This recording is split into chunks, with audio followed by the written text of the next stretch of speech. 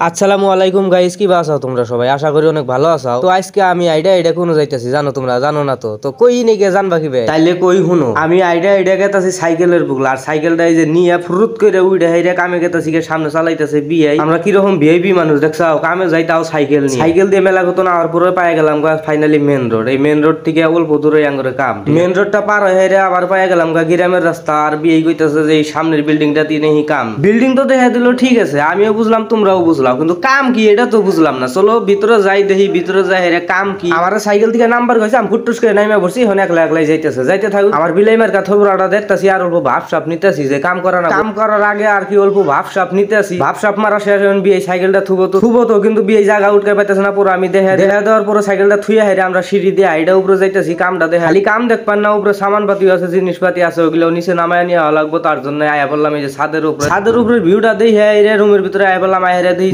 এই জায়গায় ডাঙ্গি ডুঙ্গি করতেছে, মানে তাকারি তুকারি সাফ করতেছে। নিচে যায় নিয়ে কাম করা তাকারি তুকারি সাফ করে তোলায় বললাম ডাইরেক্ট তোলায় হেরে এখন কাম দেখতেছে। দেখি আর লাভ নাই, ভাড়া বাইন দেই ওয়াল টাইস লাগান লাগবে বাইরে। মানুষের কইতি কয় না যে জায়গায় বাঘের বয় ওই জায়গায় রাত পোহায় দিন পোহায় কাম তো করা না গই ভাড়ার উপরে তো পাইতে লাভ নাই। ভাড়া বান্ধিবার উপরে উঠে বললাম, উপরে উঠে হেরে আমার স্যান্ডেল গেছে গা নিচে পড়ে। বর্ষার যদি থাকতো আর আমি তুলবো না, আমি ভাড়া বান্ধি। তারপরে আর কি কষ্ট মষ্ট করে ভাড়াটা বাইন দিয়ে কমপ্লিট করে হালাই দিলাম। এই ভিডিওটা এইখানেই পার্ট 2 দেখার জন্য ফলো করো।